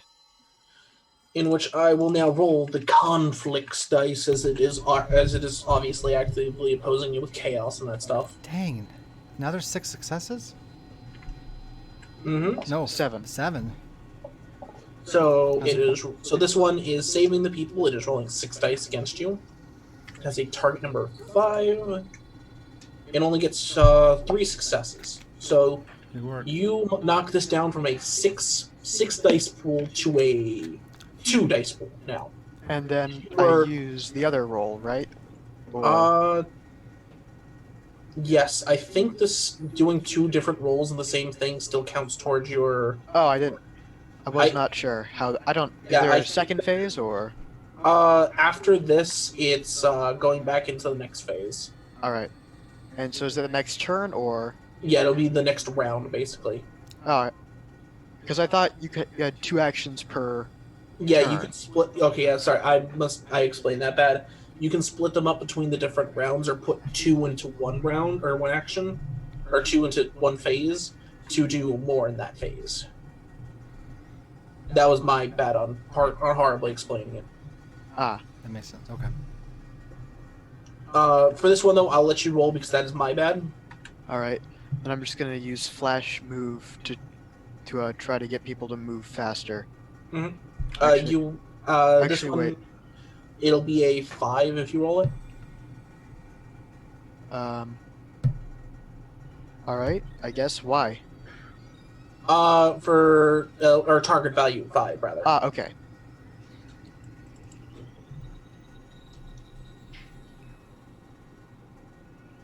All right, that is 2 successes. All right. So that would have given. So yeah, actually, you would have beaten this conflict by directing people, like everyone. As soon as you strum your guitar and everything, the speakers go kind of fritzy and bang. Everyone's attention kind of goes around like, what the hell is going on? Who's playing music this time? And you're like, this way, people, to the shelters, come on, we can move. And you start directing them. And at this point, the military now has full control of the situation. And you have eliminated this conflict from the conflict at all. All right. Nice work. Good work, man. Do note next time Yeah. you roll over, we are actually going to apply burnout. That was my bad for that. Yeah. All right. Now we are up to round 2, which I will take a tick off of this.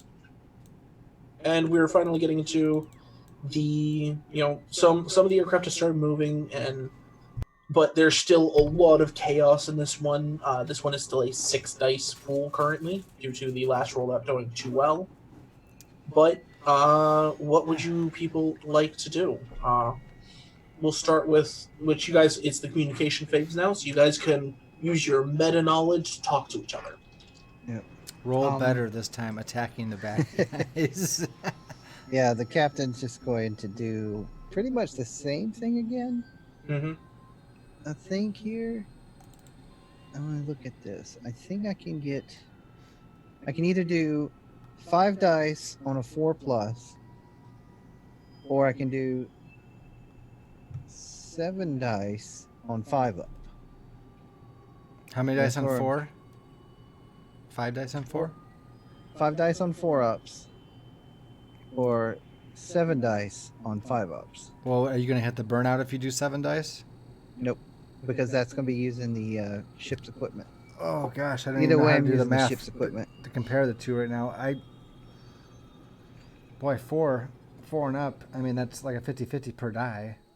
Yeah, I think I'll stick with that then. That's just easier. I already got that script written anyway. All right. Welcome back, Frostjagger. So you're going to be doing another scanning sweep. I'm going to do a order Mm-hmm. in the. I'm going to do order in this phase and in the, first phase, and then the second phase. Then I will do a single skill. All right. So you'll order your bridge bunnies to continue scanning furiously. And then I'll do a rally cry. Okay. All right. Yeah, I don't try to get the people together. Like, come on, people. I said 3 seconds, not next week. The other two members of the team, do you have anything you'd like to say on what you'd like to do? Sorry, I was trying to recap our Frostjagger, who is asking what he missed. He's been gone for a few minutes. Don't worry, Frostjagger. I'm just killing them. At this point, I've solved the conflict. There's not a whole lot I can do Well, they to help just no. to help the people who are trying to get ready for the fight. So I might go hide back in the hangar, Actually, or go to the shelter. I'm not sure which. well, if you'd like to, you can roll something to observe the area, try to find any other hidden threats. So what kind of thing would I be rolling for that? You can, as long as you can, figure it out to me, you can roll basically anything.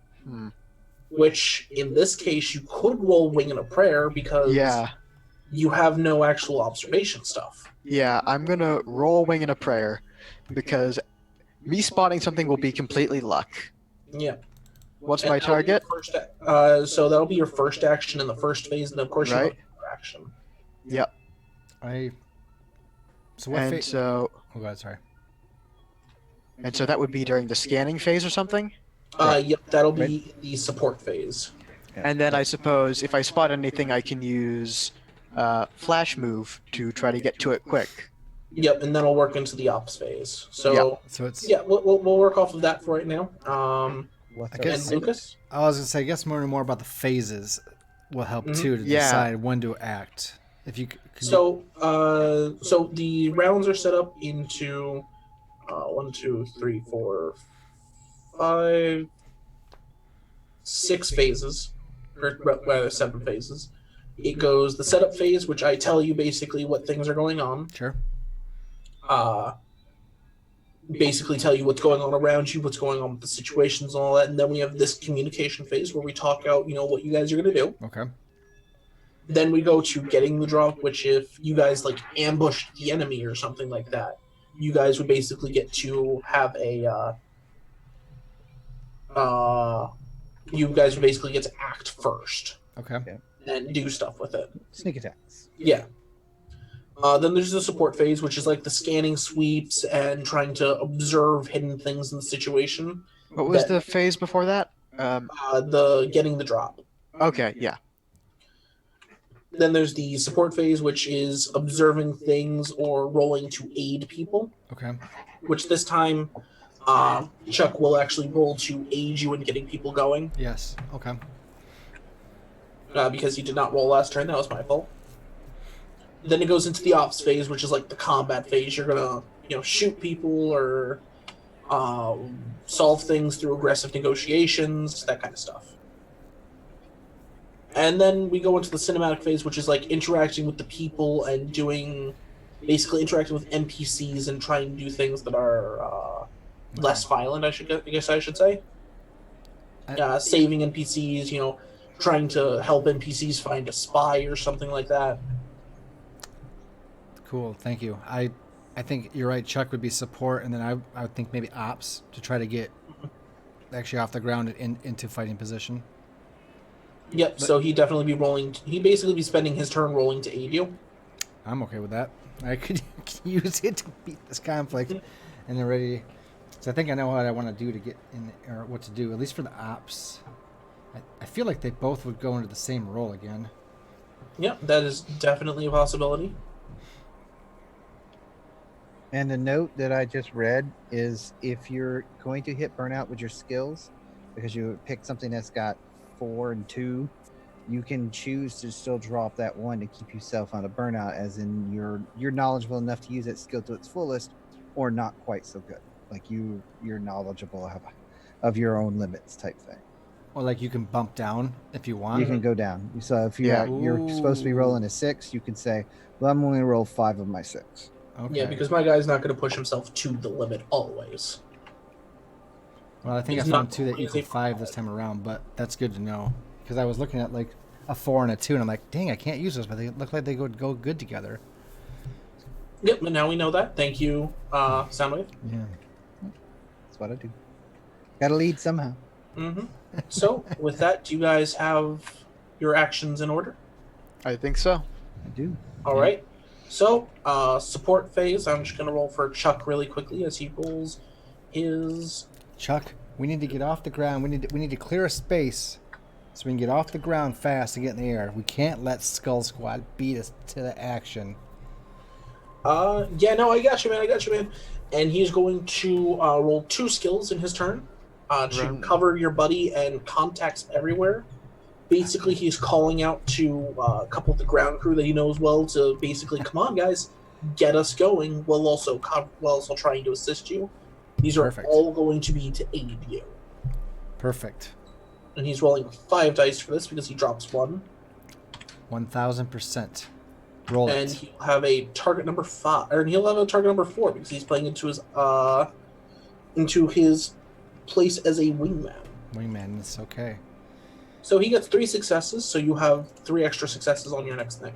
Oh, that's All right. good. That's good for Silverworth. All right. Thank you. Right. Chuck, it's moving. It's clearing. You are the man. And next up, we go to Soundwave, who will have to do his scanning majiggies. Yep, he'll turn again. Scan them Ladies? G's. The scan already? Where is where Already I don't see it pulling on my my pad. Pulling it up, sir.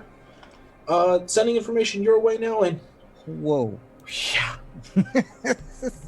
Let me roll 1, 2, the- 3, 4, 5, 6 successes. Yep. So let me roll 6 dice against you because it is still 6 dice against you, due Nice. to Nice Chuck's work. thing be aiding rather than taking care of this. Mm-hmm. Target number 5. Nice is right.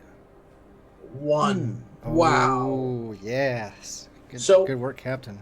So this one, so you have 6 successes. This is now a 1 dice conflict. Oh. Well, leave it up to these And- pilots to steal the thunder and On top of that, I get to give you loads more information. Isn't that great? That's what it's for. Exposition.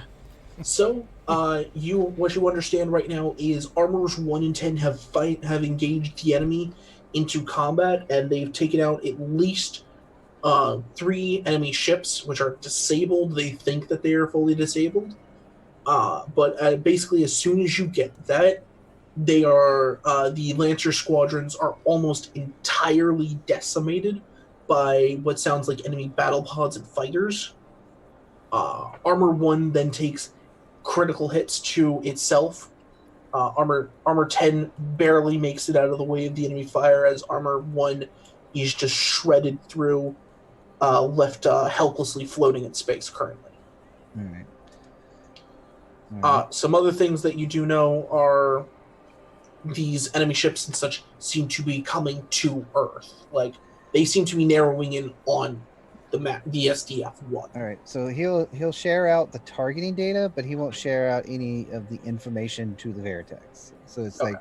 like they got the radar scope or silhouette of the target, but not their really look. So it'll still be a surprise when they see the weird thing, but Yeah. their targeting computers will still lock on and will acknowledge them as You've had them basically marked all as hostile signatures.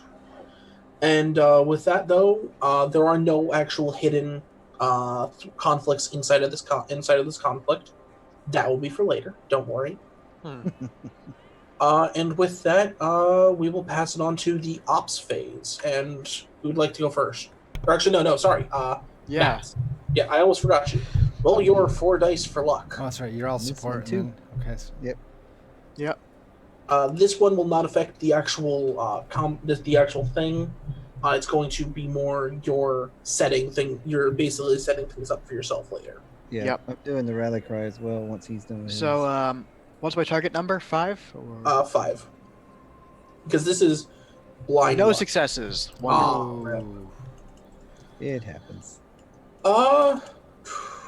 Let me look at your character sheet. Actually, I mean, he's this.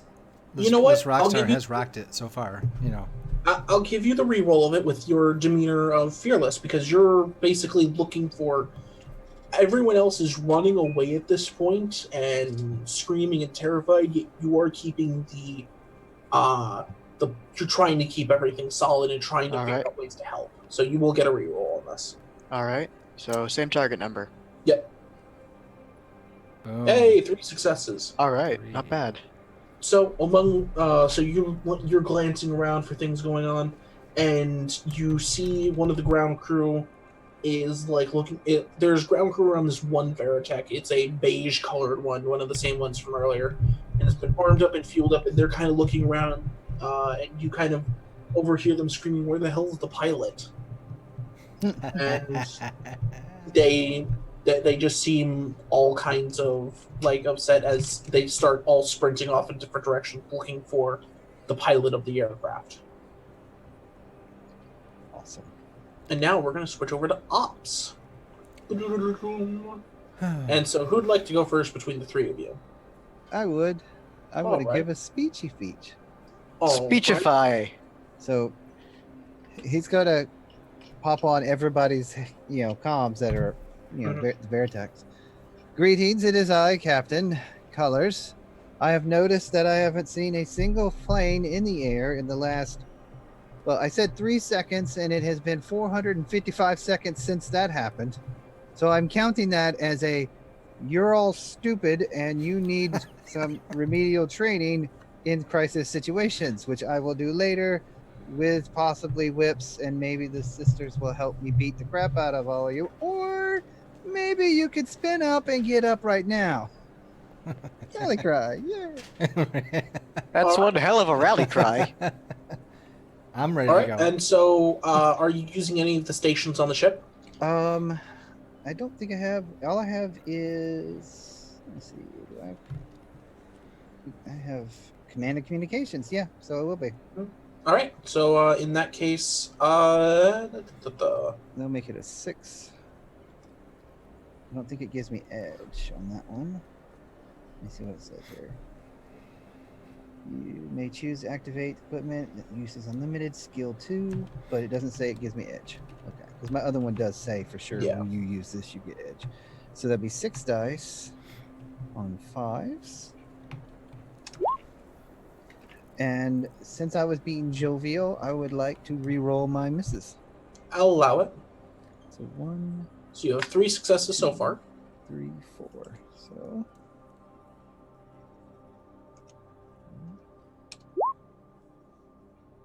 All right, so you have 4 successes. 4 successes. Nice. The thing will roll its 1 dice.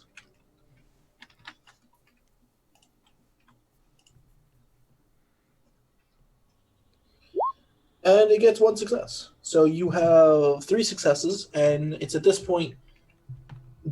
So for one, the conflict has been defeated before anything bad happened. So just some hints at what might have happened if you had not been in this conflict over the course of this little arc here. You would have it would have been very bad, as the enemy fighter pods would have basically dropped out of the sky right onto the airfield and attempted to slaughter you all while you were still on the ground. Makes sense. On top of that, defeating the other one means that the civilians have been gotten to safety, and they will be allowed to get away without any of the horrible consequences of getting caught up in the middle of the fighting. And with that, finally, the planes are moving. Your squadron's starting to move, and of course, unfortunately, you are second in line behind Skull Squadron. Oh. Just faster than you. No, we never got to roll. I didn't get to roll for that, Mike. Come on. I'm sorry, the conflict was defeated. But we can turn this into a drama for later. Yes. A rivalry with Ooh, Skull that's perfect. Squadron. Why does Skull Squadron keep going out first? Mm-hmm. Can I write that down? Yes, you can write that down in one of your drama slots. Rivalry with Skull Squadron. That's amazing. That's a very good conflict. Mm-hmm. Rivalry with Skull Squadron. Why are they always first? What's so special about them, huh? What do they got I don't? Their planes got to the runway first. And Chuck even called in all his favors, but we're still popping into the sky. We're Oh, still yeah, going to fight. Yeah, so basically Skull Squadron takes off, and you hear them go over the comms and stuff to the aircraft, to the airfield, and they clear to take off, and shortly afterward, you are cleared to take off right after them as the second squadron flying up into the sky. And so at this point, you're able to look upon the radar screen and see just the massive amounts of swarms of radar contacts coming down through atmosphere. This is going to be a good day. Mm-hmm. And I mean- you guys have been assigned, and you have been assigned to Sector 12, which is this sector here. And Yeah. intercepting a large group of enemy aircraft. I'll actually mark it out in a box for you. Wait, where am I looking? What? I'm marking it out right now. On the Bloop. Oh, I see. The big green box. Yep. I had to zoom out a little bit. Let me pop it over so people could see. So we are assigned here to protect Macross Island on Yep. this end. Yep, you are assigned to engage The enemies. enemy aircraft and such that are flying into this area. Sector 12. Yep. Cookie. Sector 12 is my specialty. And it's at this point we can actually this is actually a fairly good point to kind of wind down the session. Ooh, I knew it. We gotta, unfortunately, the next combat, I don't want to run us too late with it because there's a lot of stuff I have in here, because this is obviously a very bad situation as everyone is launching up. Alex Matz is staring at this unguarded, turned on Valkyrie, and the captain has finally gotten the report that the SDF-1 is finally ready to go. This very large boondoggle is ready to turn on. Mm-hmm. And with that, we will call an end to the session with people flying up into the sky, mighty wings playing in the background, and everything about to go horribly sideways. Nice. And so we'll do our final say abouts and such. Once again, I would like to thank the people over at SMG, specifically SMG Jeff, who allowed me the use of the art and tokens for this. I really am thankful that you allowed this and were able to help me with these tokens and such. So on that note, I would like also to recommend people to checking out their place over at their Discord at Strange Machine Games. They also have a website, strangemachinegames.com, if I remember correctly. Yep, strangemachinegames.com/RobotechRPG for those who are interested in this. They both have the RPG that we are playing, and they also have a board game for the Robotech series called Robotech Attack on the SDF-1. And from what I hear, it's fairly fun. Do check in and check those out. And with that, I am Harukajunko, the Robotech Master, and I say, finally, humanity will lose the SDF-1. And I will pass it off to Soundwave. Ooh, ouch. Fun. I am Soundwavesghost. I do stuff here. 90% of the stuff I do on the internet right now is around in this channel somewhere. I'm either playing as the captain, I'm playing as a Ninja Turtle or a tech guy from some steampunky world, or maybe a robot. So I'm always happy to be here and happy to play with friends. And I'm going to see if I can't find a way to get the SDF-1 in orbit faster than anyone could ever imagine this hunk of junk could go. So I will pass over to Mecha. Should I go by my screen name or my character's name? This is my first time doing this. Either way works. I didn't have time to put our tag names on there, so however you want to identify yourself. All right, I am Mecha Meme. I'm gonna steal that plane. That's what I'm gonna do. Yep, Hey, it's something. it's perfect. It's just sitting there with no one watching. Mm-hmm. It's almost like it's a plot device. So right for the taking. Did I leave my MacGuffin out? Whoops. Yeah, it's Someone showing, man. MacGuffin Put fell that out away. of the bucket again. This is a family station. Put that back in there. Anyway. Jeez, Archie. Shut up. Anyway, yeah. But it's the only problem with it is it's beige. You're gonna have to do something about that color, man. Well, purple, man. It's the color of my hair. Yeah, it's gotta become purple. Purple Rain Squad. Oh my god. No, I'm just kidding. I'm going to have to fix all your squad names because these are all Oh, horrible. no. And they're not fun for me at all. Night Frost Jagger, thank you. Anything else, And I Mecha guess- Meme? What? Anything else from you? Well, thanks to some of my friends who I got to come watch. Absolutely. And I'm glad to have you introduced. It seems like you're going to be a perfect fit in with this rather large group, or our group of, I would call us friends, but we're too disassociative for that. We keep butting heads. We can be friends. I want to We be can friends. be friends. That's when we have the most fun. Why can't we True. be friends? Oh, yeah. Oh, well, I'll pick it up from there and bring it over here. I know Archie, at least just to plot device towards Fayt, who will be playing Corporal Melody Jacobs when she returns with us next week, Sunday. You know, it's kind of like Archie's like, where the hell is Jacobs? You know, or whatever. But I don't know. They have to do more of those inner monologue things a lot of the anime characters do, right? Yeah. I can't let Roy beat me. I got to get up there, compete with him. But Curses. until Archie returns next Sunday night at 8 p.m. Eastern for Robotech the MACROSS SAGA Episode 2 by Strange Machine Games, we will say goodnight tonight. And I am Lucas of Lucasgvariety. It all rhymes. Think of joining our Discord so you can see announcements, see the chats, chat with the cast. I can even make a chat room, and we'll just talk Robotech and anything else as we go. YouTube is where we archive all the good stuff. You can always check it out there. Links are in the chat or in the description of YouTube video below. And yeah, I think that's it. We'll be back. We plan on playing for the next couple weeks. We'll see what happens around Christmas, New Year. But since Christmas and New Year's fall in the middle of the week, we might be able to squeak some games in. So it might work out.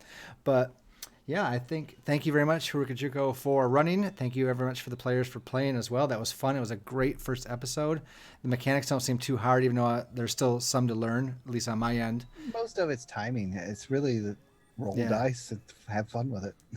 I like it. It's going to be fun. I can't wait to butt heads with Melody Jacobs. I think that's going to be great. And to get in trouble by the captain and to see what kind of relationship we'll develop with Yep. Alex. We'll Let's- see how many times you have to correct me on what your name is. I hope so. There's just so many people who can't remember them all. But I'm going to make it memorable for you, Captain. That Anyway, one guy who keeps messing up. What's her name? The bald guy. what? What? Pennyworth, yes. Bring Pennyworth on the line. Hey, Bald man Pennyworth, are you there? This is your captain. That doesn't make any sense at all, but okay. Flying with my cat. So that's the end of our broadcast. We will be back next week, Sunday, 8 p.m., same bat time, same bat channel. So until then, we'll see you guys. You have a good night. Think of subscribing or think of following on Twitch so you can get the notification. And when we go live, would appreciate that and that support as we are trying to grow as a group and a channel. So thank you very much, you guys. God bless. Good night and good gaming. We will see you next time. Now time to end screen. Close. Goodbye.